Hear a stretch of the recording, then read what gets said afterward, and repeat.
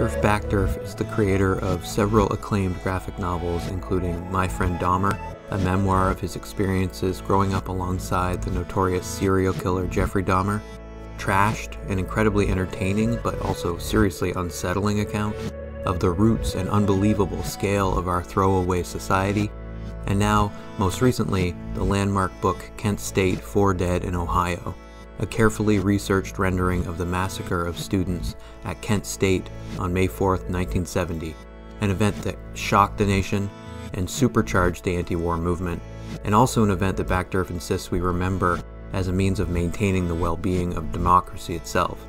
We discuss his distinctive art style, the joys and challenges of accepting the adaptation of one's work into film, comics as a somehow both established and emergent art form that's constantly evolving, and the ethics of representing violence. Ultimately, though, Backderf, I think, illuminates how his work should be seen as a kind of interrogation. He's looking for answers, probing the historical record, and taking artistic risks that pay off in unexpected ways. So, I wanted to start with your new book, Kent State, 4 Dead in Ohio's punchy, straightforward subtitle, which is, of course, a reference to Crosby, Stills, Nash and Young's still, I think, breathtaking song, Ohio. The structure and the message of that song so clearly reinforces the purpose of your book. And the glowing Forbes review of the book cites the song, which you don't actually mention in the narrative of the book. But what I thought was interesting in that review is that they get the line wrong. The author says that the song asks us, what if you knew her and found her dead on the ground? How can we run when we know? How can you run? Yeah, like it's sort of trying to reach for the political, the kind of broader social meaning. But the line actually, it's more direct. Musically, I think, and that's how songwriting kind of works, right? It's about trying to hit you with this urgency. Mm-hmm. But I see clear parallels, like not just in terms of the kind of message of that song, but just the feeling of it, right? Like the fact that art can clearly engage us, to educate us. This is to me like the impact that your work kind of has. And actually, I watched a roundtable on songwriting hosted by The Hollywood Reporter, where David Crosby, who, according to Neil Young, actually broke down into tears right after the song was recorded, talks about writing that song and says he's like blown away that it gets played at weddings and stuff. But that's sort of the function of like art and performance, to kind of flow in unpredictable ways through society and sort of touch people. Like, has that been sort of your relationship to art in general, that it's like pleasure first maybe and engagement first and then learning something after? Any thoughts on that in general? Well, yeah. I mean, it always comes down to, we make art because we must, because it triggers something inside of us. At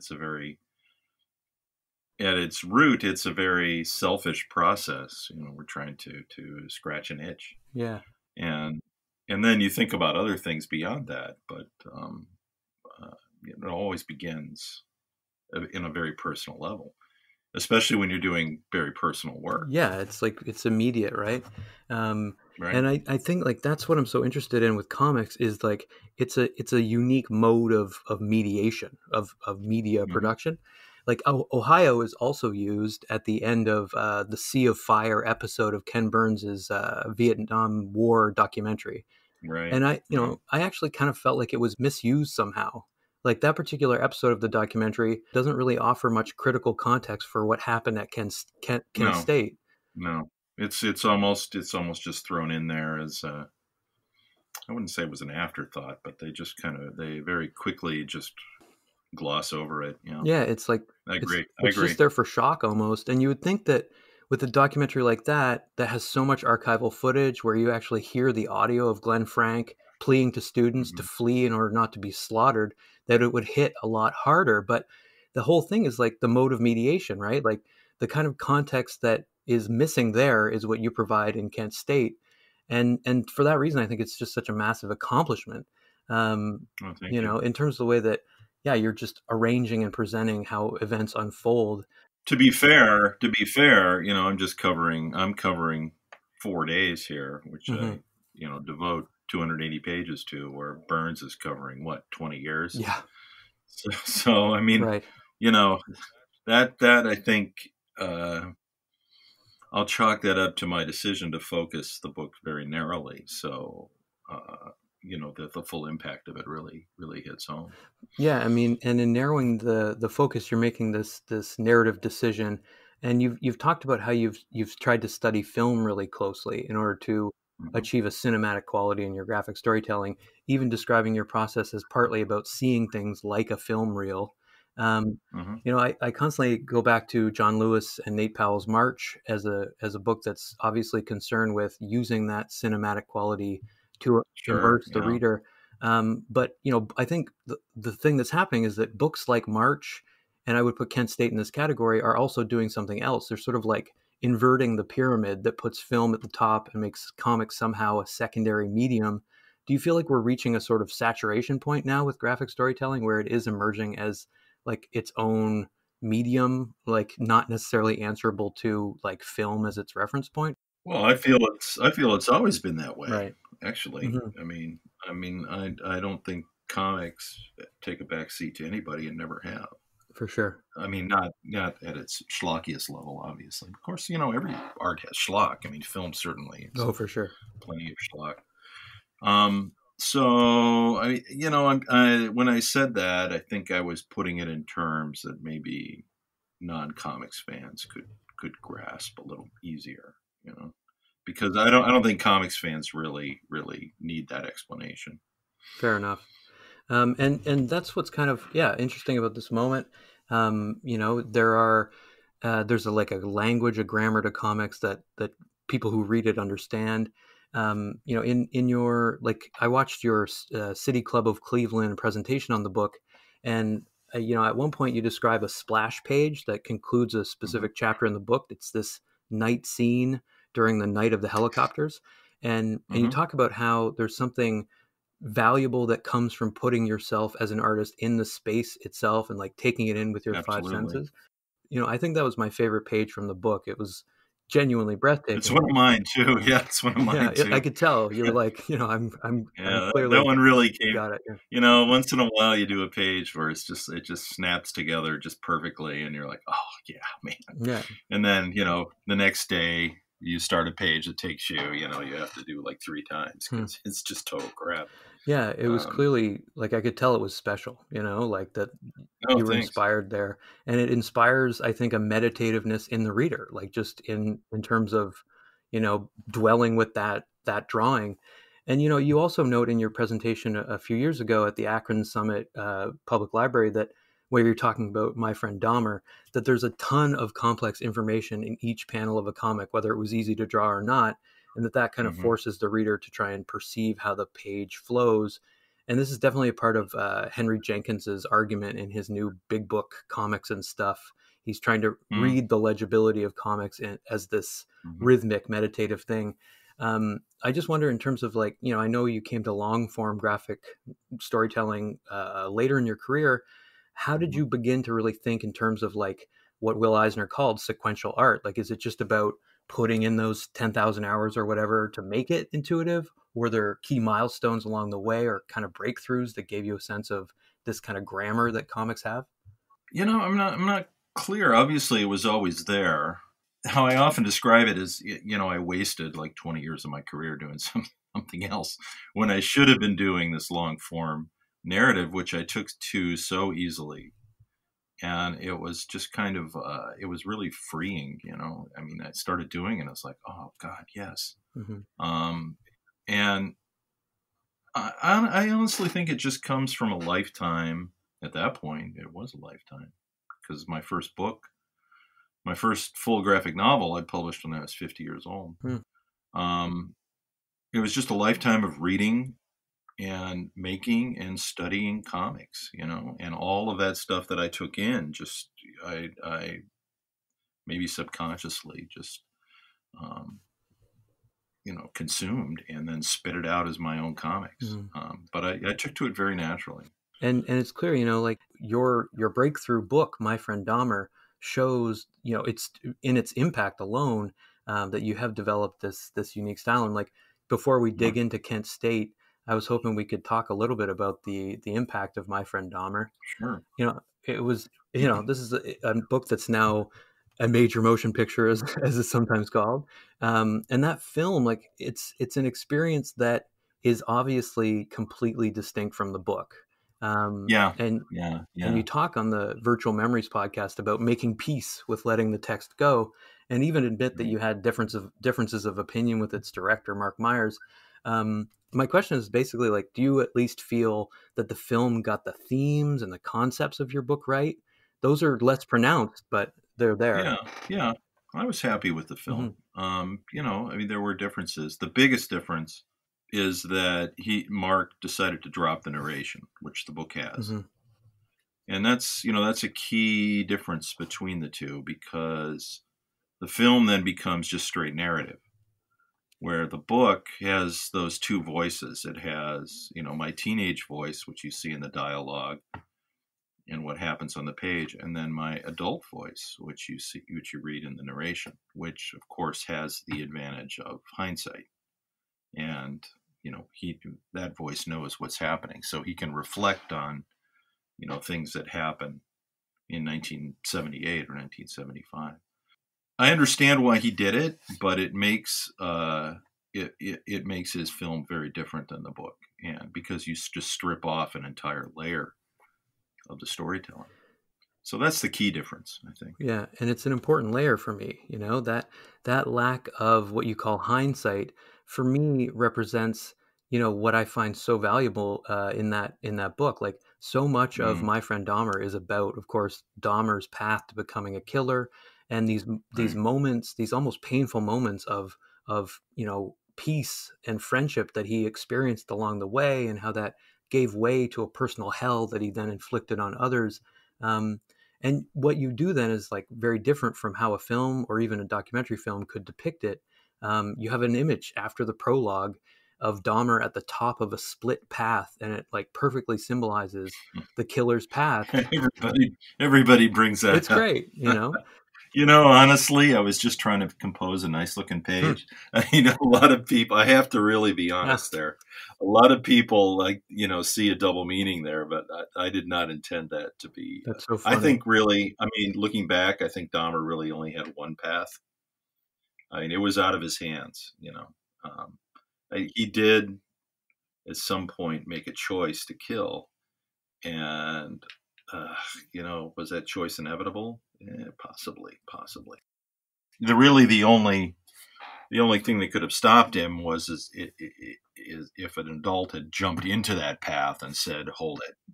So Yes. the two Yeah. paths that's a little misleading, but It's interesting how like we as viewers are making these right, interpretive choices ourselves and like projecting yeah, them onto the text. But it's something I guess that's out of your control as a cartoonist. You make these choices as a cartoonist, but then you kind of let it go. But the book does still straddle almost like an academic and a pop cultural mode of representation, and that's what I'm so interested in. And it runs throughout all your work, like the characteristic way that you blend the action mm, and the narration with what you just called your kind of adult voices, which is characterized by a barrage of mhm, critical questions where you're probing the historical record and looking through your own memory to try and like theorize and understand the event. At one point, you literally ask in the book, where right. were the adults? And you seem to suggest that he maybe could have been saved by a more nurturing environment. Before we get into Trashed, which is a book I loved so much, I wondered, how did you evolve this inquisitive style, basically? Like, when did you realize you could put your own voice and especially your own questions right into the text? That might have come from the comic strip I did for many years, because then you have captions in a comic strip a lot of times.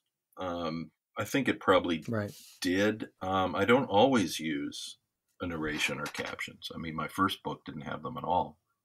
Trashed only has Hmm. them on certain pages. When I like delve into the details of the garbage crisis. Otherwise, the narration itself, which is the bulk of the book, doesn't have any captions at all. So I don't want to get Hmm. locked into that where I feel I have to have captions. I mean, Mm. Kent State and Dahmer both have them, and I think they work. I think it's important. And with Dahmer, I really wanted to get across that tremendous feeling of regret. And, I mean, I'm questioning all my own actions from that time.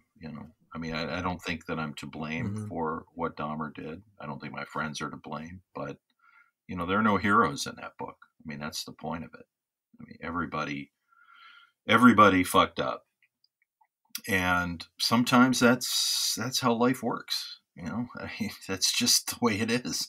But I wanted to, because you don't want to leave yourself open, and I got a little bit of this from the movie, which doesn't have a narration. They think like, what an asshole. I mean, doesn't he have any regret? Doesn't he, feel like he has anything to answer for? Well, if you read the book, and that's what I tell people: read the damn book. It's all there. It drips off every page. So Yeah. now I forget where I was going with that. So all right, let's move on. Yeah, I mean, the movie makes this choice to give I think the character Neil your feelings effectively, and that's a kind of interesting choice, right? To redirect the emotions of the viewer to cause us to identify differently than Right. intended. Yeah. That was another. Yeah. We kind of argued about that because the real Neil actually was probably the one who was most enthusiastic about our crazy antics, not someone who ever expressed any, the slightest hint of regret at the time. I mean, now we Mhm. all look back on that time but very differently, of course.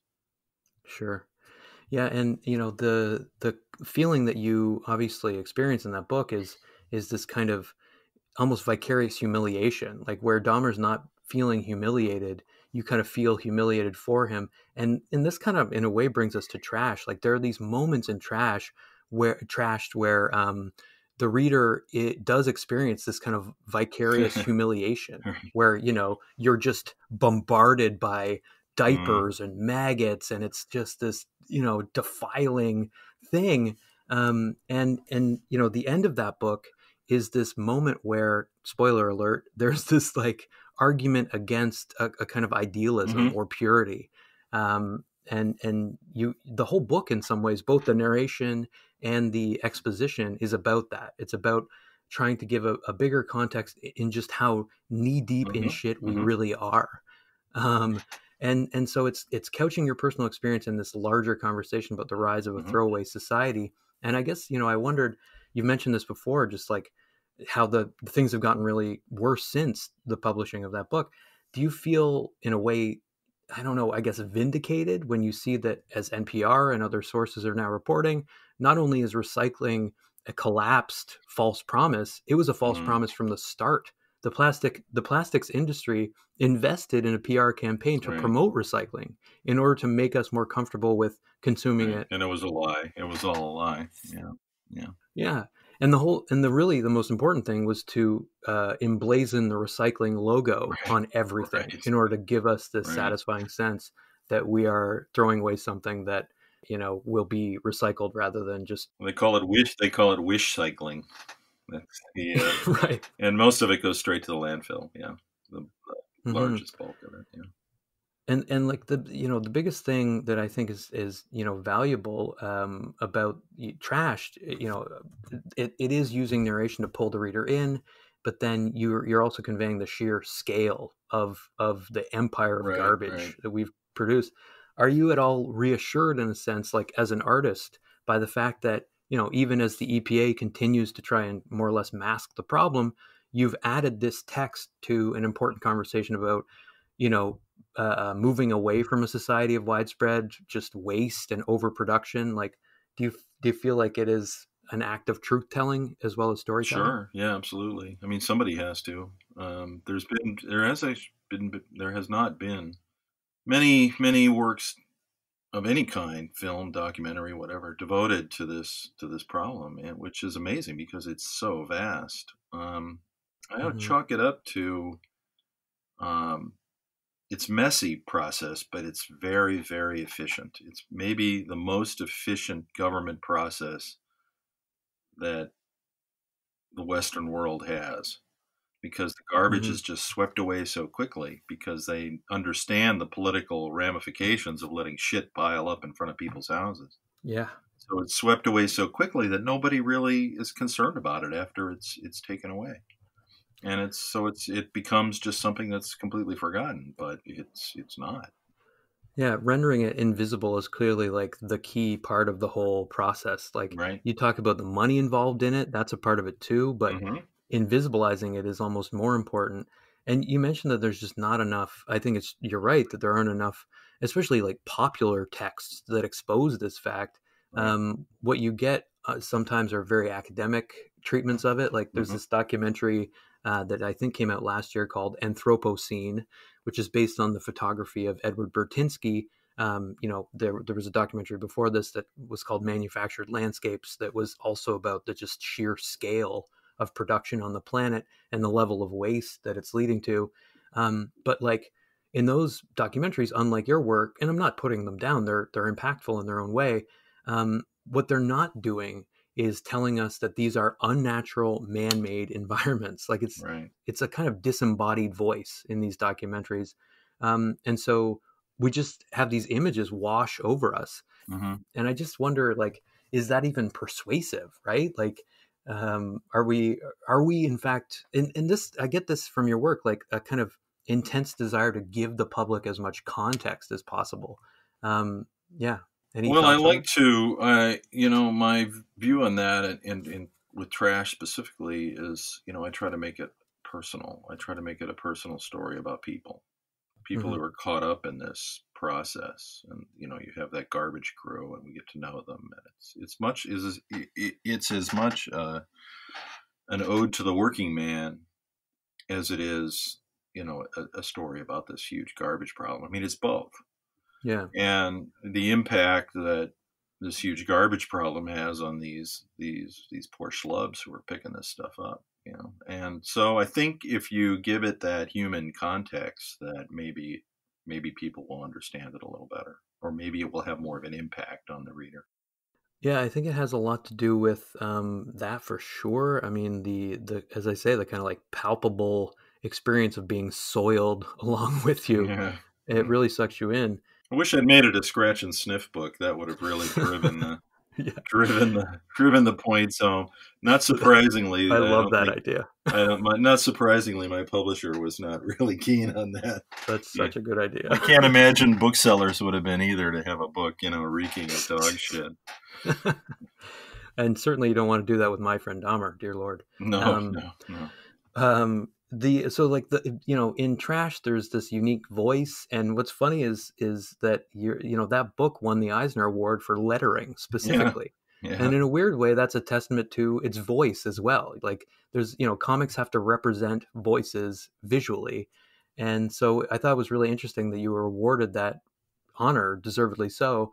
And I just really, honestly appreciate your use of thick black lines and representing dialogue to express anger, yelling, intensity, Well, in thank you. Kent. Yes. It's something that's common to like all of your books, and in Kent State, it's you've clearly got a high level of kind of control over your lettering, where you're capturing the distinct ways of communicating.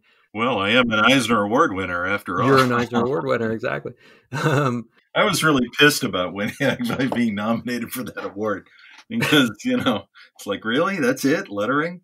But the more I thought about it, the cooler it became, and I was really very gratified to win it, because yeah, I worked very hard on that lettering, and particularly in trash, it's yeah, it is. It's such a key part of the story, and it's something that's so unique to comics. That use of sound effects in that way, that it becomes sound effects as a visual element. That's totally unique to comics. Nobody else can do that. mhm. So, I'm proud to be part of that tradition, and I was overjoyed to win that award, actually. And I think rightfully so. It's I just consume your lettering in a way that other people, there are other artists who have their own unique styles. I know you've spoken with Noah Van Sciver. I really enjoy his lettering style. Hmm. Oh There's a yeah. there's a wonderful artist named Catherine Ocelot from Quebec who publishes with Conundrum Press, who has this gorgeous, lettering style. I know you're influenced by Spain Rodriguez in your Yeah. Yeah. style. That balance of dialogue with exposition, though, I think is specific to your art style. Um, but I guess I wanted to talk too about how comic, we've kind of gestured to the interpretive choices that comic readers make. Henry Jenkins, who I mentioned, talks about how comic readers tend to flip through books first and then like reread. Hmm. Do you ever feel like and I think that's sort of true. I know I see my kids read that way with comics, and certainly it's not something you can do with fiction exactly, Hmm. uh, or, with just prose. Do you ever feel strange about how much work it takes to compose these books and the kind of disconnect between that and how people read them? Or is that just part of all art in a sense? Yeah, I suppose. I mean, I remember when I was really voracious comics reader when I was a teenager, and I would probably flip through very quickly, say, the latest floppy. They were all floppies then. But then I'd sit down and I'd read it once, and I'd probably read it 2 or 3 times, you Hmm. know, within the next few days. And really, each time I'd focus on something different. One time, the first time I'd read the story and get that immediate impact of the story, and then I'd go back and I'd look at the art, and then I'd go back and look in greater detail and everything that was put together. So I think most comics readers approach books that way. The layman, the people who read my books who really don't read comics, I don't really know how they take it in, honestly. Yeah. It's probably in a different way altogether, but you can't really worry about it. I mean, I worry about comics fans who I think that this is how they're going to read it. And if they're flipping through the book, I mean, I use so many splash pages that you'll get an impact that way too. So I guess it works out. I think it's a little bit analogous to film here, right? Like, there are people who just watch movies to unplug, and that's great. But then there are people who want to watch it over and over and over again and really Mm, savor every frame. And I think, some of the power of comics is really found in rereading and reading at different speeds and that kind of hmm. thing. Um, but yeah, I definitely want to talk about your newest book, Kent State. In that book, you have this moment at the very beginning that I thought was really interesting, where you have Alison Krauss talking about the feeling that fiction is frivolous, Mm, especially when certain pressing social issues become visible. hmm. Like it's just hard to immerse yourself in something escapist. Um, I felt like that was a kind of almost subtle commentary on this surge in interest today in graphic nonfiction, in comic biographies. There seems to be a huge market for that particular, way of using the comic medium. Um, do you think, that there is this appetite today for, the use of art to reacquaint us with this untold history? What do you suppose is going on with that? Well, I think it's a relatively new subgenre of comics that a lot of people are exploring, and we're getting a lot of really interesting work coming out of it. It hadn't been done a lot before. I mean, Mouse, obviously, but Hmm. before that, had it been done at all? Not a lot. No. Um, yeah, I'm trying to maybe war comics, but that quote from Alison Krauss that's researched, of course. That was something her boyfriend Barry Really? recounted, that she was having those thoughts. So all of the dialogue in the book, I mean, you notice the page after page of footnotes in the back. I mean, I'm not making up dialogue, so it's all sourced. It all comes from something, either a friend's account or a written report or something for their lives. So I just tried not to invent something out of thin air. Um, but yeah, I mean, it's a good point. I mean, I think um, it's certainly wide open. I mean, there are some people that are doing it. I think it's challenging for a lot of comics creators because it requires you to do different things. I mean, writing history is not easy. Not to say that any kind of writing is easy, but there are things that are easier than writing history. Right. So, I mean, there's a lot of, you can make a lot of wrong turns with that. So, but yeah, I've seen a lot of really great stuff recently. One of the artists that I've spoken to on this podcast, Veronica Post, talks about how, or we talk about how, like, at the beginning of her book, she makes this really kind of, for her, important gesture to say, this is not a work of journalism. And that kind of frees her up Hmm. to fictionalize and dramatize. And I think that's in part about recognizing that there's a specific responsibility to doing journalism, to writing history. And it's, maybe particularly pronounced right now when it's clear that Kent State, like, the relevance of the book is not lost on people right now. Like, Yeah, this is no, something that a lot of people are talking about in regards to the book. It's a book that starts with you at 10 years old in the car with your mother, and you're aware of the conflict, but only abstractly right. until the National Guard actually starts rolling in. This moment of an abstract thing, especially violence becoming concrete, is so interesting, right? And Hmm. I thought it definitely echoed, classic books like, Mouse. But I also thought about, Marjane Satrapi's Persepolis, and how, as a child in that book, Satrapi talks about having, again, only this abstract sense of the war and Hmm. unrest around her, and how the book is really about a revolutionary awakening to death in that book. Hmm. Um, do you get the sense that, as Kent State comes out in 2020, that young people are experiencing that sort of awakening as well, with the deployment of troops to Portland and elsewhere to suppress Black Lives Matter protests and the live streaming of police brutality? Hmm. I mean, does it just hit differently today in terms of, like, that awakening? And what do you think its effects are going to be? Well, I don't think they're at the same level yet because, of course, uh, um, the troops haven't opened fire. Now, an African American person would say very differently because, of course, they've been subjected as a community to this kind of violence for, yeah, hundreds of years. I mean, to them, it's an everyday occurrence that Right. cops are going to shoot someone. So it's a question of white privilege, which is a a big part of the book as well. Um, that's that's why Kent had the impact that it did to some degree because it was happening to white kids. Um, so yeah, how do people? I don't know. It's hard to say how we're going to process what's happening now. That we're in the moment, Yeah. and I mean we are literally in the moment. And this upcoming week is going to be absolute fucking hell. No doubt.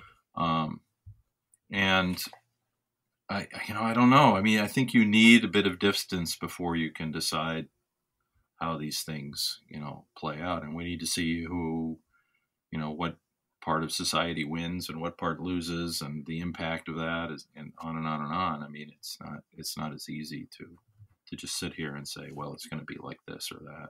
Yeah, well, it's funny that you use the language of winning and losing. I mean, I watched, to my great, torment, the Amy Coney Barrett debate, right, Hmm. in the Senate.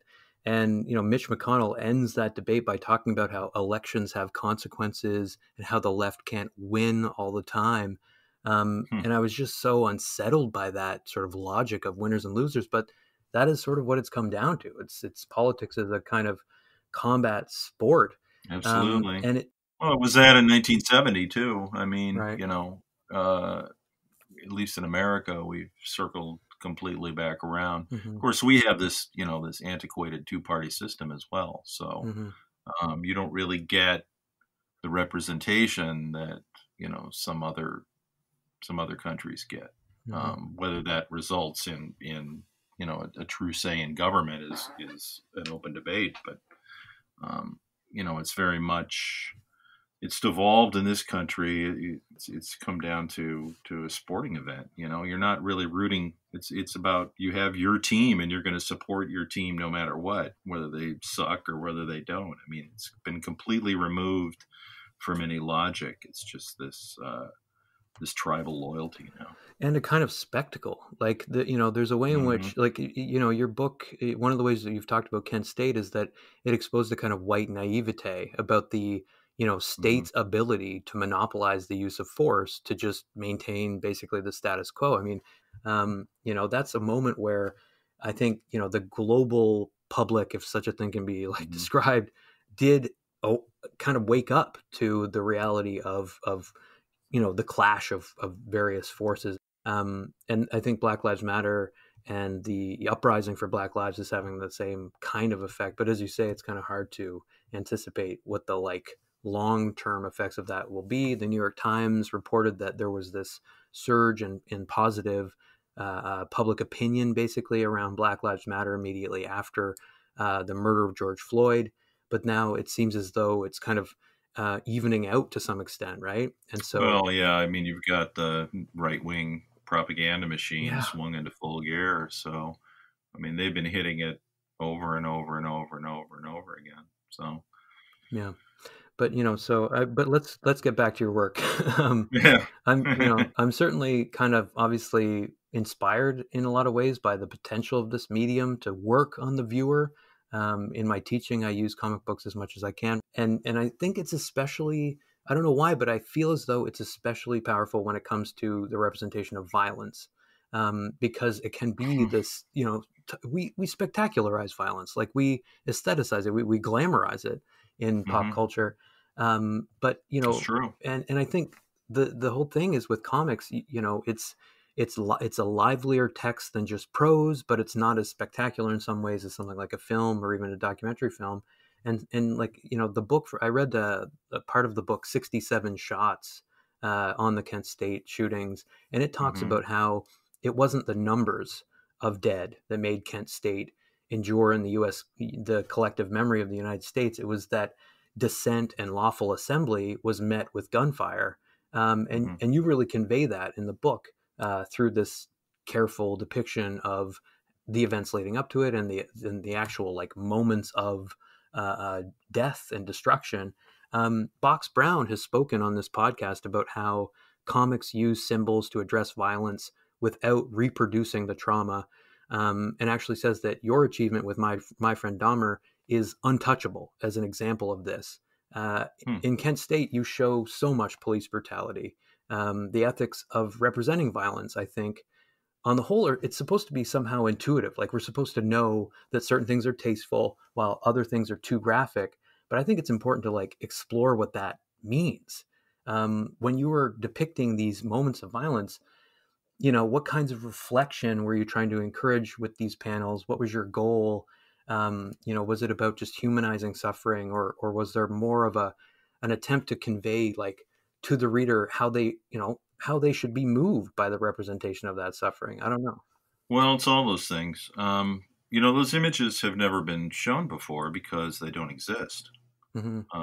The actual moment when those bullets go tearing through flesh and bone, those don't exist because the photographers, very rightly, were all eating dirt at that point, and Hmm. they were in the line of fire, and one of them was even shot. So that's the power of comics, right? You can create those images based on medical reports, morgue reports, news accounts, whatever. I knew what happened. I knew how these people fell, and I could recreate those in very fine detail. Now we have those photos that come after, those iconic photos that show the carnage, but we don't have that moment.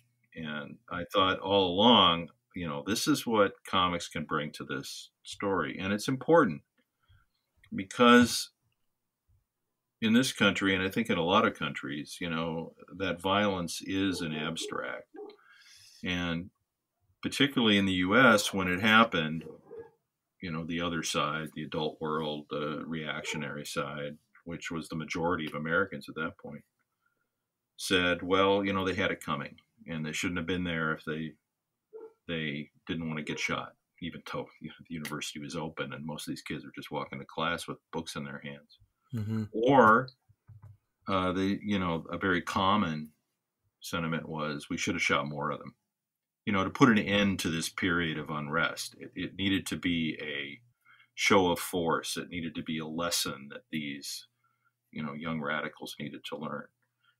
And my view when approaching that scene right from the very beginning was, okay, you think that, here's what it looks like. Hmm. Here's what it looks like when a bullet over an inch long goes tearing through a young girl's body. This is what it looks like. And now tell me you think, they had it coming, or we should have shot more of them. So that was my thinking. And I was very gratified. I mean, it really took some people aback, I know. And I've gotten comments from other interviews how violent it is. And it's not comic book make believe violence. I mean, it's it is, obviously it's comics, but I think it's depicted pretty realistically and pretty brutally. Mm-hmm. And I didn't spare that. And I was talking to the family of Sandy Scheuer after the book came out, and she's one of the 4 who were killed. And it was her sister, who's still alive, Audrey, and Audrey's daughter, who was communicating with me on behalf of her mother. And I said, this book's going to be tough for you to read because, and I explained to her about the violence and why I depicted it. And she responded, oh yeah, you have to show it. That's so important because people need to know. Mm-hmm. So that was very gratifying that she understood, they understood what I was trying to do. And I think most people who have read the book so far get that. That was certainly my reading, that these images were appropriately hard to look at, Right. but perhaps not so overwhelmingly visceral that they become spectacle. Exactly. Like, it seems like the point is to try and raise our ethical standards. And Mm, like when Jeff is lying on the ground, it encourages real mourning. I right. thought about the animated documentary from 2016, Tower. Mm-hmm. Yeah, that's really great. That's a really great documentary. Yeah. 1966, you got a former Marine, Charles Whitman, killing 14 and injuring 31. But if you just read it on Wikipedia, that's one thing. If you see animated faces, animated victims, I think you're giving people a different way of understanding, way of relating emotionally to it. That makes it a lot more difficult to just dismiss this violence as somehow inevitable or necessary or something, Mm-hmm. or just abstract, worse than anything. And we are entering a period where, as you say, the right wing kind of propaganda machine is trying to kind of re-encode that violence in ways that make it seem appropriate. Trump talking about the Jacob Blake shooting, trying to narrate it as just a bad apple who choked, right? Mm-hmm. Comparing Right. it to like a golfer who chokes. Right. Um, and even, Rittenhauser shooting people in Kenosha, Mm-hmm. this idea from people like Tucker Carlson, these moronic windbags who want to defend these actions. It's we're reaching a kind of fever pitch when it comes to this like attempt to, I think, re-narrate violence as somehow necessary almost. Well, that's one of the it's one of the lasting impacts of Kent State in that era is Mm, that uh, the right wing, particularly Nixon and his cronies, felt that they had lost control of the press mm, and they wanted to cook up their own press, and that's where Fox News was born. It was actually a Nixon idea. They were going to have Republican TV, I think they called it, mm, and it was Cheney and all those guys who were thinking of in terms of creating their own media, and it took them a while, but it eventually happened, and now it's just almost it's almost consuming. I mean, they've had so much success with it that now they're just buying up media everywhere, and they're just almost taking it over, popular media. I mean, down to the local TV level in the U.S., which is owned by this noxious corporation owned by a right wing fanatic who's mm, just repackaging, stupid local TV news, which is the only media that some people get, if you live out in the boonies, because newspapers yeah. are dead and magazines are dead. So you only get it through this one thing or your Facebook feed, which God knows is subjected to these same kinds of forces. So that's one of the impacts of Kent State. And your book is aimed at offering a corrective. Like, one of the things I noticed too is that it feels balanced, which is an interesting narrative, kind of narrative choice in a sense. Hmm. You show at the same time as you show the National Guard as this kind of impersonal, oppressive force, you're also showing the fear that existed among those people, Right. right? And trying to encourage a level of, if not sympathy, understanding for where the violence came from. And similarly, I think it speaks to the way in which today we can see the same images, the same people, the same suffering in two completely fundamentally different ways. Like people like Mark and Patricia McCloskey, for example, this couple from St. Louis who pointed guns at protesters, were reclaimed by the right. They spoke at the Republican National Yeah. Convention. Yeah. So I mean, like these are people who were ultimately indicted for doing this, right? And Right. yet are lionized as somehow defending white suburbia or something. Well, Um, truth is malleable anymore. yeah, I mean, yeah, it is whatever truth is. Whoever shouts the loudest, right. and that's something that the right wing learned very well, and the left wing, I don't know if they've learned it as well. But Yeah. I was not I was not trying to be so much balanced. I mean, I think the book Mm. definitely has an opinion. I mean, my Hmm. sympathies very obviously lie with those who were shot because, Of course. they were the ones who were shot. And one side had guns and tanks and helicopters and gas, and the other side had words. And, my sympathies will always be with the protesters. But I did want to get in that experience that the Guard had because I thought it was interesting. There is, beyond all of that, there's a level of malevolence there.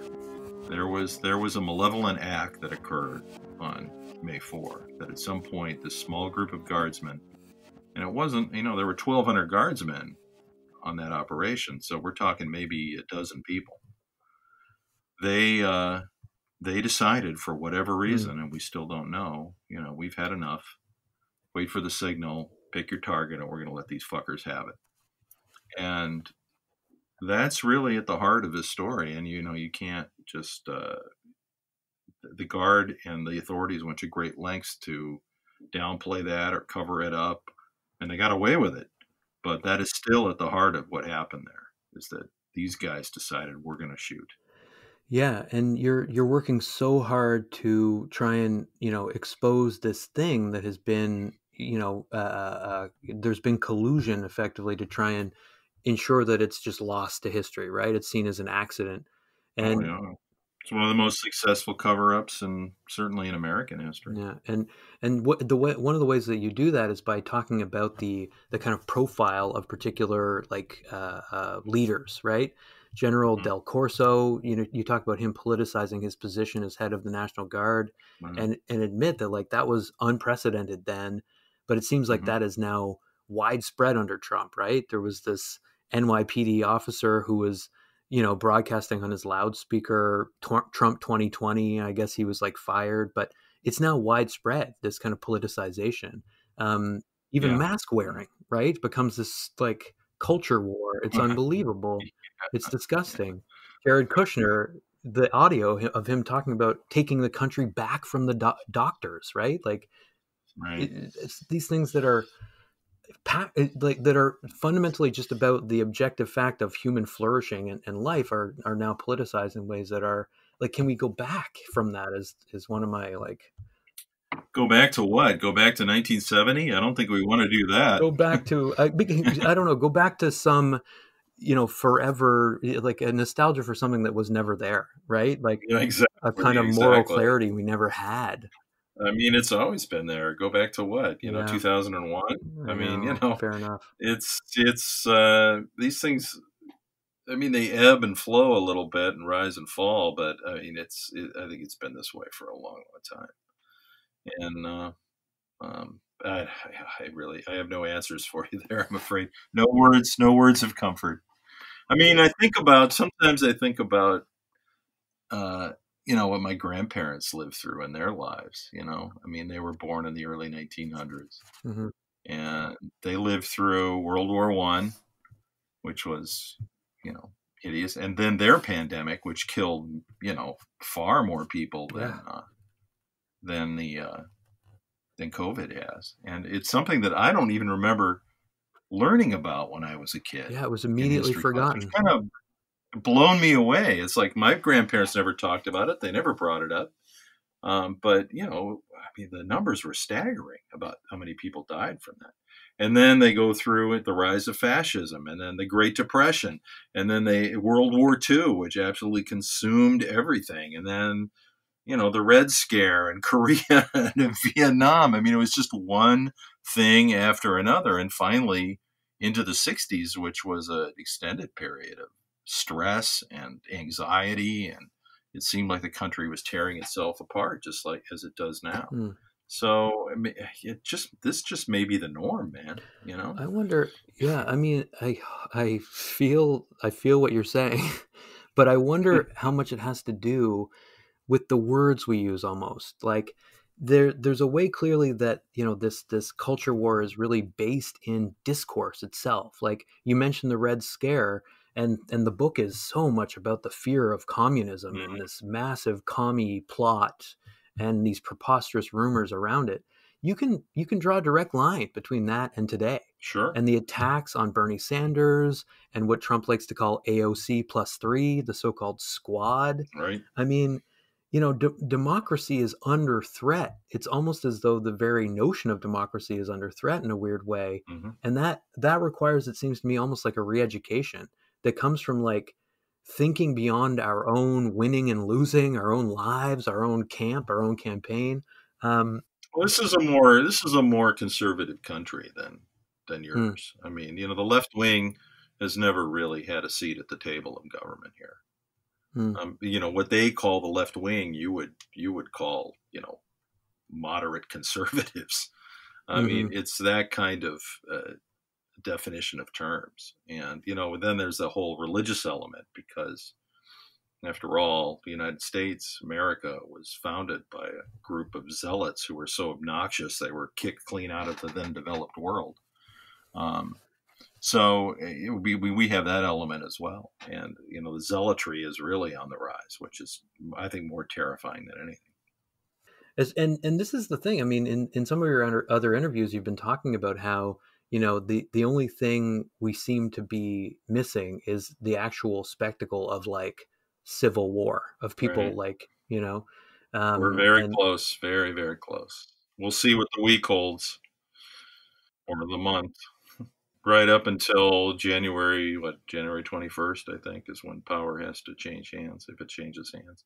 So, yeah, it could be months of unrest. Yeah, it's going to be grim. And then, you know, the question is, well, I mean, purely from a selfish standpoint, will anybody give a shit about a book about 1970? um, it's a tough year to try to launch a book. I'll tell you that. It's been a challenge. you know better than I do, intimately, how a book can, as I kind of said earlier, just sort of serendipitously find its way to people, and Hmm. to the right people, as it were, to educate people.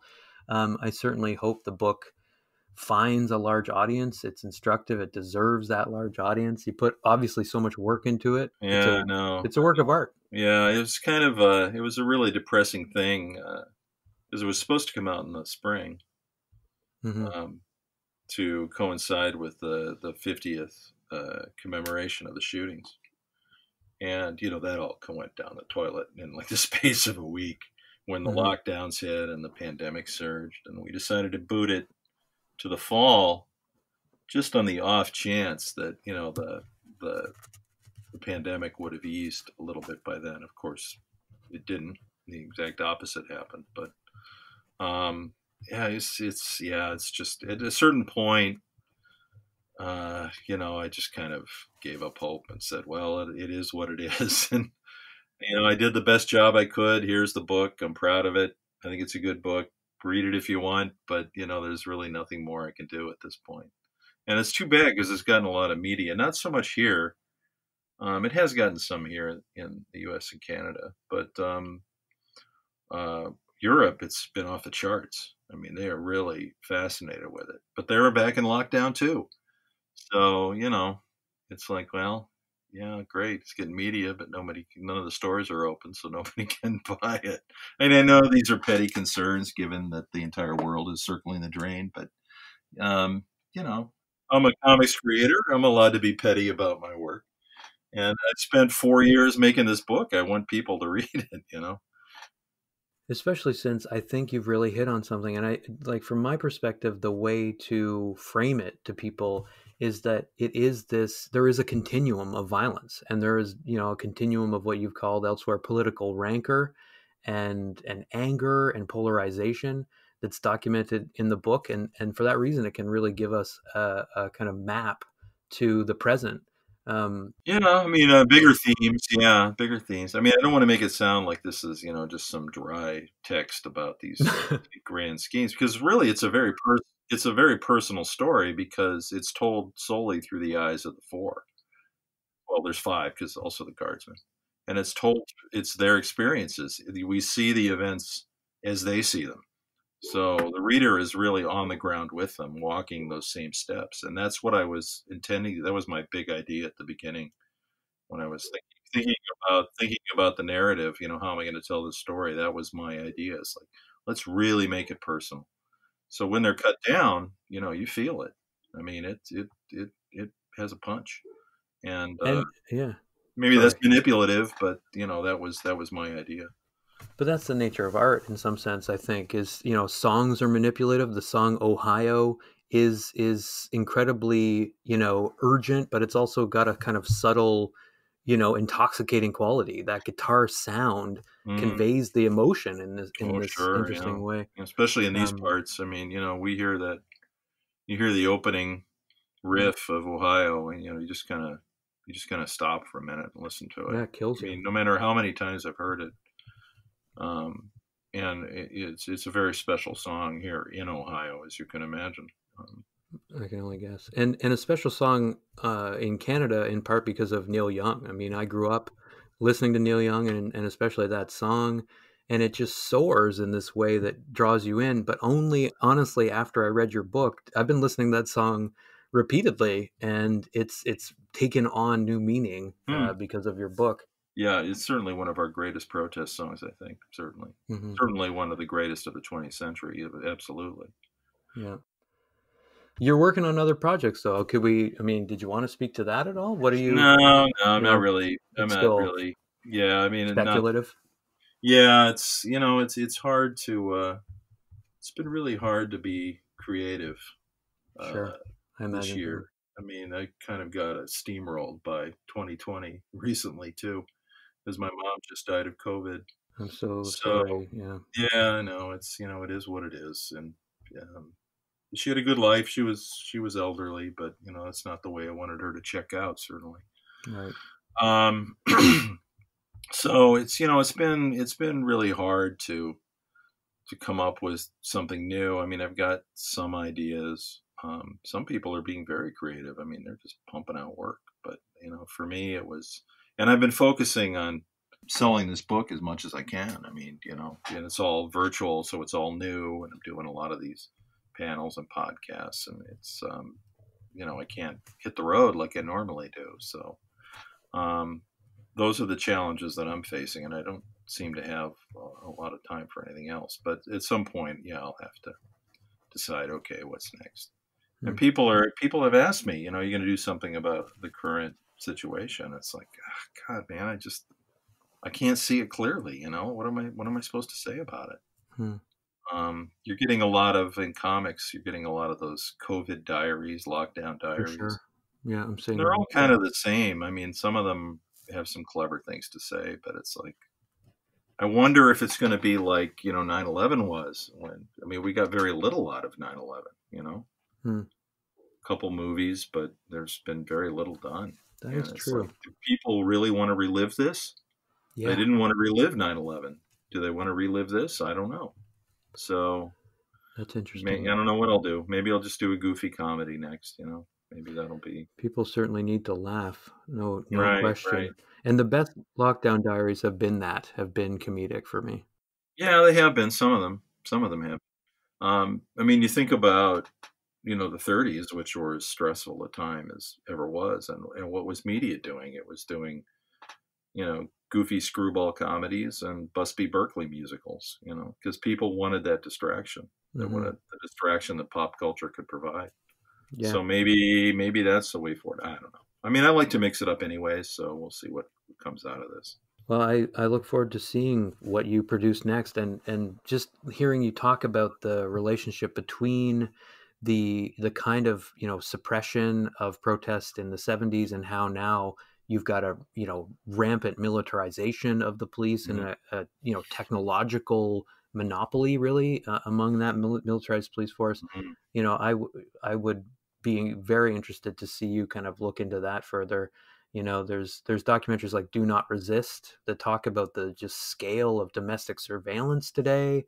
you Oh know yeah, God, yeah, yeah. It's terrifying. Yeah, that's one thing that has advanced. That again is the lasting impact of the Kent State era. hmm That the authorities have developed. They've spent trillions doing this, developing this vast surveillance state and this internal army whose really sole purpose is to crush unrest and civil protest.